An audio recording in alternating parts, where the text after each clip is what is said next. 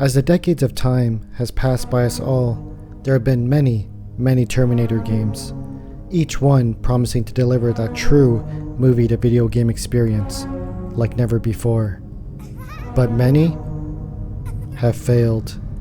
Over the years, many Terminator fans, including myself, have all lost hope on that one true savior of a game to be released. That is, until the year 2019. We had that one true savior come to be, and it being called Terminator Resistance. And let me tell you, this game is freaking awesome.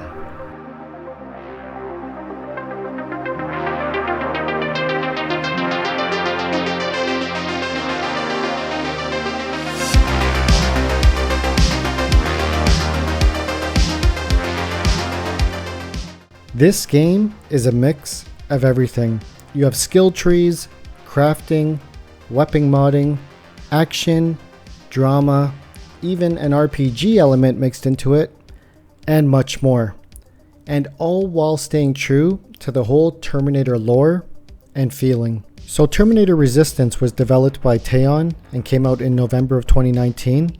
And I gotta say, I absolutely slept on this game. For the past 5 years, I had no idea about it. It wasn't until the Steam summer sale a few weeks ago that I saw it on a fair discount, and I decided to pick it up after watching a couple YouTube videos about it. And I gotta say, I ended up playing this game 8 nights in a row for an average of 2 to 4 hours every night, and I was all in. It was just so damn good, and there's so many interesting aspects about it, and we're gonna go through it here now. So starting off with the characters, you're playing as the main protagonist, Jacob Rivers, and he's a young male. He lives in Pasadena. It's post-Judgment Day. I believe it's 30 years post-Judgment Day, so the world is completely barren, buildings are broken down, pure dust everywhere. So he's by himself basically and gets like swarmed by Terminators. But then there's a group of people who find him and help him, and they kind of take him in as their own, so to speak. And all of these characters were distinct in their own way, and I personally found them interesting in their own way. So it's a cool group of characters that they introduce you right away into the game, and it's a cool intro, so to speak. And two of those characters that stood out to me the most were Ryan and Jennifer. Ryan is a mechanic and somewhat a pseudo leader of the group, and he somewhat embodies that spirit of balance, chill, and wisdom. He's just like a guy you could always find trustworthy, you could confide in, not be worried about, and he's a super cool character. And then you have Jennifer. She kind of brings comfort and like a relief feeling, bringing levity to this deranged post-apocalyptic world. She also has a little brother named Patrick, and he's really cute and innocent. So, seeing Patrick all like small and vulnerable with Jennifer, it kind of makes you feel like you have to strive to do good in this mission and try your best to help them get out alive, basically. Shortly after that, you meet Commander Baron, and she's a real firecracker. But I gotta say, she's overall a character that I enjoyed. And she was pretty cool, good fighter. There were times in the story where it was a bit iffy. I won't go into spoilers here, but overall, Commander Baron is pretty cool. And she's actually the leader of the Resistance for the South Division and reports to John Connor. So she took Jacob in and basically made him part of the Resistance camp, and therefore Jacob Rivers became a recruit, so to speak. So we begin to do missions for Commander Baron. And there is a bunch of other characters in the story as well, but I don't want to go too deep into that because, again, we might touch into spoiler territory. So I believe this is a game you should experience for yourself in real time. And yeah, we'll just leave it at that. The enemies in this game are great. You get the classic T-800s that look like they come off fresh off the assembly line, and they look scary as hell. And the early part of this game, you're kind of forced into like a sneaky stealth situation where you're not engaging with the Terminators because you don't have much weapons and things to defend yourself. So there are times where you're like on your hands and knees crawling through vents and behind cabinets, kind of like Sarah Connor in the first Terminator movie. So you're hiding, trying to evade them, let them walk by you, just see their feet while the scary Terminator music is playing. It's so freaky and just like nail biting, and it feels like you're in the movie as Sarah Connor in the first movie, kind of like I said. So the early part of this game is really freaky and really great. You also have these flying drones, and while they aren't terribly tanky, they do reveal your position pretty quick, and they're quite good at following you as well. Like if you go into a room and then like go through the doorway and hide into the corner of that room, like in a building so to speak, well, the drone's gonna like fly through the busted window, through the door, follow you into the room by the corner and like start shooting you or reveal your position to the other drones and enemies as well. So that's pretty cool and terrifying, I would say. There's also the T-47, who's pretty much like a giant mech, and this thing really packs a punch. And if you take it head on 1v1, it's pretty much an instant death sentence, because it shoots lethal plasma rounds, it could shoot rockets, it also has the ability to like thrust from the ground, being propelled by jets under its feet, and like follow you by like jumping over barriers and cars and stuff like that. So it's just like truly a scary, big, menacing force to deal with. And then there's the enemy turrets, who also deal a lot of damage and they'll mess you up quick. But the cool thing about this game is the hacking feature. So if you evade the turrets, like you sneak behind them or you run and get behind them real quick, well then you could tap X to hack them. And if you hack them successfully, they become your turret. And it's all auto-controlled. So, if any Terminators walk in the radius of this now turret that's yours, it'll just shred them to pieces. And I tell you, the turrets are completely OP in this game. They're so tanky and take like a vast amount of damage, but they could take out like 6 Terminators in one shot. If you lure like a group of Terminators to your hacked turret, it'll just like shred them to pieces while you like watch behind the car like giggling to yourself or something like that. So I found that really entertaining and to be like maybe one of the best features of the game, being able to hack enemy turrets to make them your own basically. So moving on to the weapons of this game, you get the classic stuff like M16, shotgun, pistol, and these all do good against the drones and silverfish, but against the T-800s, they don't do shit. Like for example, if you try to start shooting a T-800 with an M16, it'll say on screen in text, weapon ineffective. So basically you need a better weapon. And this is where the real weapons come into play. I'm talking about the classic plasma rifles that you see in those post-apocalyptic future war scenes in the Terminator movies. The plasma weapons that shoot the purple and red tracers. It's so cool because this game gets everything down to a T. From the sound effects, from the way the weapon looks, from just how it performs on every level.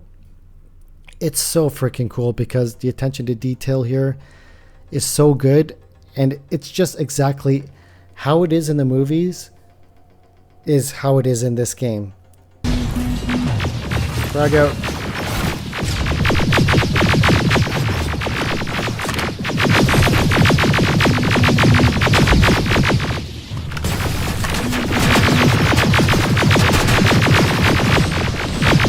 Dude, we got some badass weapons. We're through! And that's cool fan service because for years and years, fans have wanted like a long form piece of media that depicts the future war. And I believe the plasma rifles do it here perfectly. Now you could upgrade these plasma weapons with something called Skynet chips. Now Skynet chips are something that you pick up in the missions, either from killing enemies or looting around.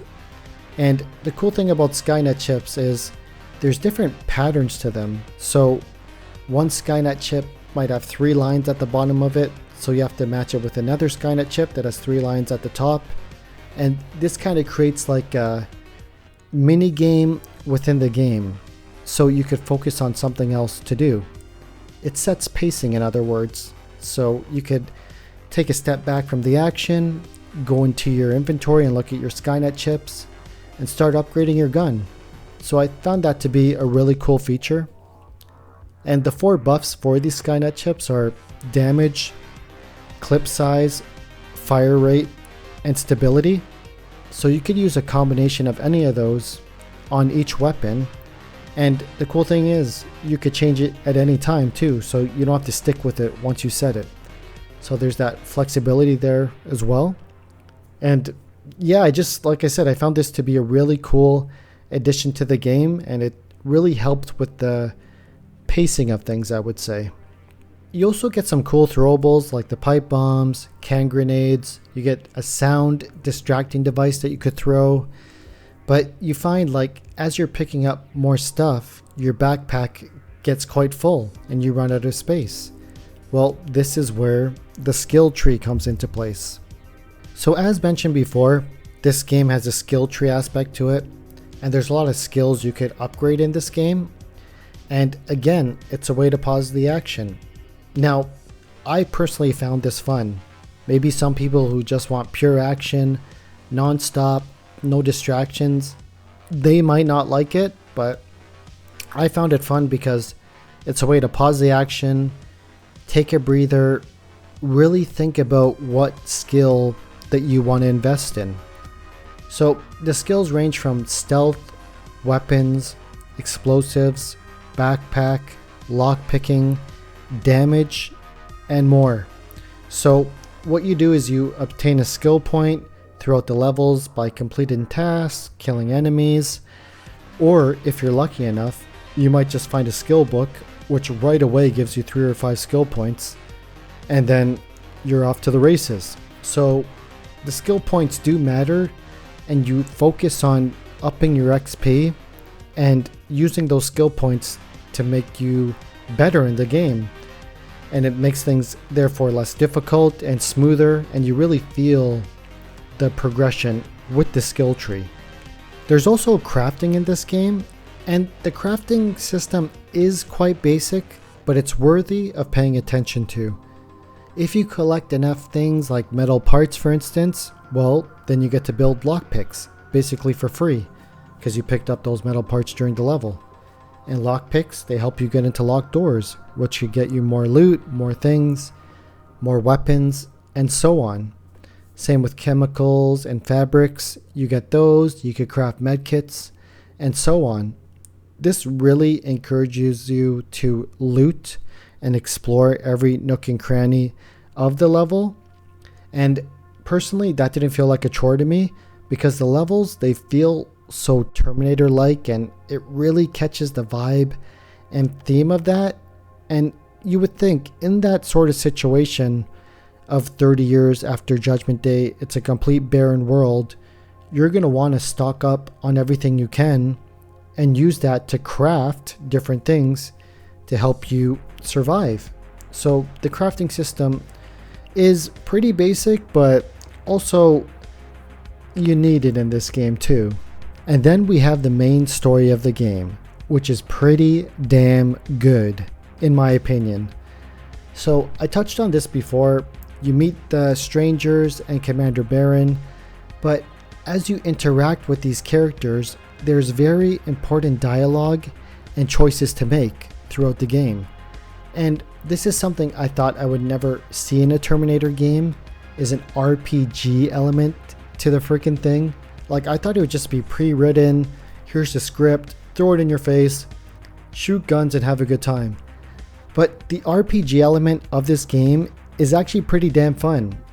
And the choices you make, they do matter, because it reflects on how the characters feel about you, and in some ways, they alter the plot of the actual game and the actual things that do happen. So it's not like you're just selecting choices for the hell of it.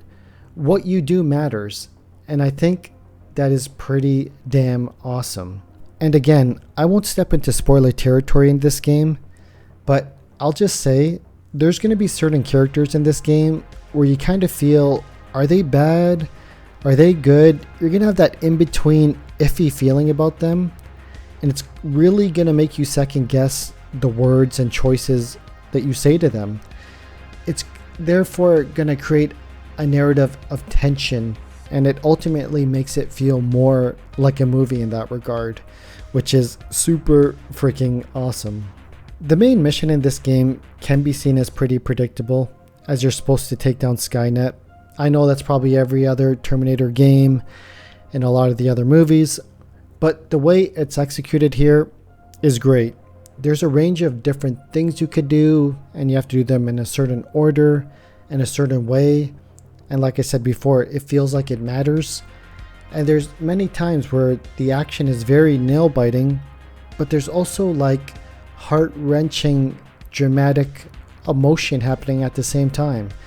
So you're kind of on this roller coaster ride of emotion, action, some comedic elements, romantic elements. They got it all in this game, and it's all paced very well too. So it feels like a hybrid game movie.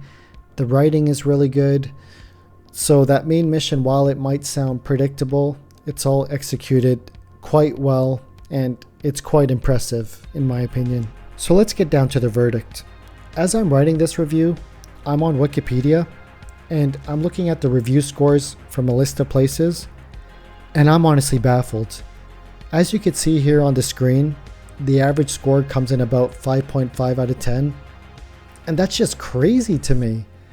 I know my score might be a bit biased because I'm a huge Terminator fan, and I love sci-fi, 80s vibes, all that stuff, but I'm also a fan of good games and good mechanics. And as I said before, this game, like, the story is so encapsulating, the weapons, the characters, RPG element to it, the pacing, the balance of the difficulty with the Terminators and how you are. So this game has everything in my opinion, and it's really, really freaking good. It feels like it's straight from the film series, and I think the devs, the creators, the writers, everything, they did a great job of fan service.